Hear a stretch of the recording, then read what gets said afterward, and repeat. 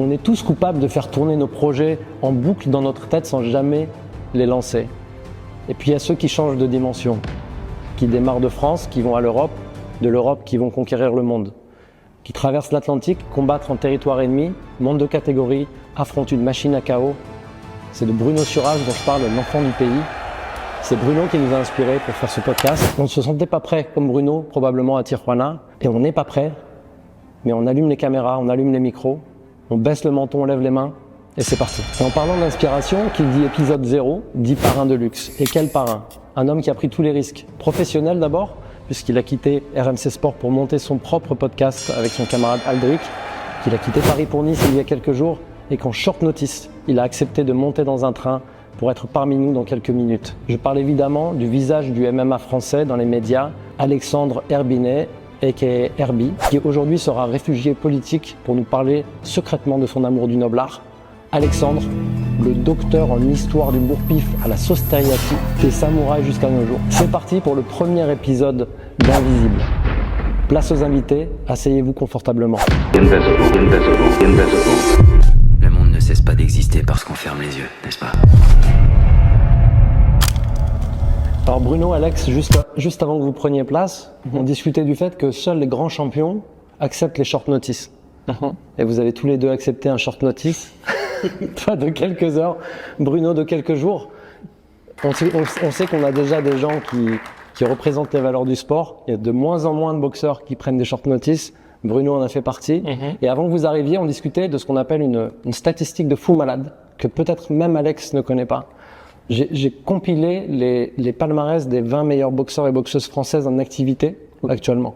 Je suis tombé sur une stat de 379 victoires sur 403 combats. C'est-à-dire un taux de victoire de 95%. Okay ? Et on a mis ça en contraste avec, d'un côté, l'effervescence, le renouveau de la boxe. Je trouve qu'il y a un renouveau de la boxe, on va en discuter. Et la famine de notre sport en ce moment. Je suis content de vous voir abonder dans ce sens, c'est un peu pour ça qu'on est là. Donc nous, on a appelé cette rencontre invisible, parce qu'il nous semble, et on aimerait avoir votre opinion, que le sport, pourtant qui a tellement de lettres de noblesse, est devenu invisible aux yeux du grand public et des médias. Mais peut-être que on commence sur les médias, on va commencer par toi, Alex. Qu'en penses-tu, toi qui as fréquenté les couloirs? Totalement. Je veux dire, on parle, si on remonte à plusieurs dizaines d'années en arrière, on parle d'une époque où il y avait de la boxe sur TF1. En prime time, avec des grands champions français. C'est inimaginable aujourd'hui, absolument inimaginable. Aujourd'hui, moi, je viens de RMC, j'ai lancé ma chaîne depuis que je suis parti de là-bas. À RMC, on fait de la boxe, on suit la boxe, mais en fait, c'était le complément du MMA. Si demain RMC perd les droits de l'UFC, à mon avis, la boxe, elle va pas tenir très longtemps chez eux, parce que toute l'économie tient sur le MMA, en fait. Enfin, même au-delà de l'économie, l'édito. Donc en effet, Invisible, c'est un bon nom que tu as trouvé, parce que c'est aujourd'hui un sport qui est en effervescence, il y a du renouveau, on voit qu'il y a de plus en plus de public qui s'intéresse, on a des champions qui permettent d'intéresser, comme peut l'être Bruno, comme peuvent l'être des Souleymane Sissoko, des Christian Mbili, des David Papo, on en a plein, Tony Yoka qui a porté, malgré que ça soit fini un peu difficilement, en tout cas pour lui en France, mais il a porté beaucoup ce renouveau en essayant de boxer à Roland-Garros, de faire des choses pour tout ça. Il y a un public, ce public box, il existe. Moi, je le vois sur la chaîne, quand on fait de la boxe, il y a des gens qui nous suivent, des gens qui commentent. Mais en effet, les grands médias, ils sont frileux aujourd'hui. Ils veulent plus donner la place à la boxe, la place qu'elle mérite. Est-ce qu'ils trouvent ça trop long? Est-ce qu'ils trouvent ça... C'est vrai que des fois, des soirées peuvent prendre beaucoup de temps. En tout cas, un combat pur, c'est 36 minutes d'action, donc 1 heure au maximum avec les interrounds. Donc moi, je pense qu'il y a la place pour mettre plus de lumière sur ce sport, et quand on voit la lumière qu'ont certains autres sports, elle en mériterait un peu plus, clairement. Visible, invisible, toi, le débat est tranché. Il est invisible, ouais. Il est en grande partie invisible, en tout cas. Faut être fan de boxe, et on l'est tous là dans ces sièges, et les gens qui nous suivent le sont, je pense. Quand on est fan de boxe, elle se suit assez facilement. Quand on n'est pas fan de boxe, qui voit que la boxe existe, en fait?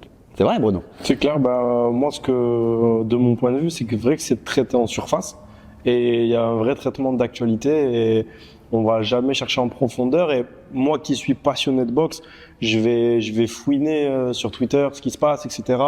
Alex, on dit de lui qu'il est plus niché, mais il est passionné par ce qui se passe au final dans la boxe. Et faut aller chercher l'information là où hier elle était plus accessible, et du coup elle impliquait beaucoup plus les fans de boxe et surtout les amateurs de sport au final. Et donc on crée cette distance avec la personne qui aime le sport mais qui n'a pas le temps de s'y intéresser au final et ça crée cette distance. Et vas-y, Alex. Excuse-moi, mais rapidement, les médias, ils sont passés en fait à inspecteur des travaux finis en boxe. L'exemple de Bruno est parfait. Nous, on avait fait une interview, on passait le combat sur RMC, mais j'avais interviewé Bruno à l'époque en visio depuis Tijuana, avant le combat, puis après le combat. Mais avant le combat, en fait, quasiment personne n'avait parlé de Bruno.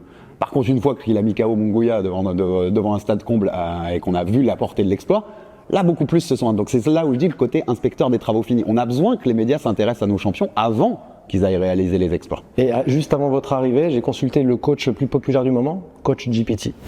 Je lui ai montré le palmarès que je vous ai donné et je lui ai parlé du contexte du renouveau de la boxe un peu dans le monde, avec Netflix qui signe des contrats gargantuesques, avec DAZN qui reprend aussi pas mal de boxe. Le commentaire de coach GPT, c'est quand tu es boxeur en France, t'es pas invisible parce que tu perds, t'es invisible parce que t'es français. Bon. Donc j'ose mettre ça au milieu du débat, c'est-à-dire qu'il y a vraiment inspecteur des travaux finis avec quasiment une amnésie de ce qu'est l'histoire de ce sport dans ce pays, qui est pour moi une terre sainte, on va y revenir un petit peu. Il y a des gymnases Georges Carpentier partout, c'est pas pour rien. Il y a des rues Marcel Cerdan partout. Donc c'est où est-ce que le cordon ombilical s'est rompu? Et ce que j'aimerais, c'est qu'on arrive à tisser autour de ce barbecue virtuel, peut-être raccorder les wagons, raccrocher les wagons en partant de ton histoire, Bruno, et puis de la grande histoire de la boxe.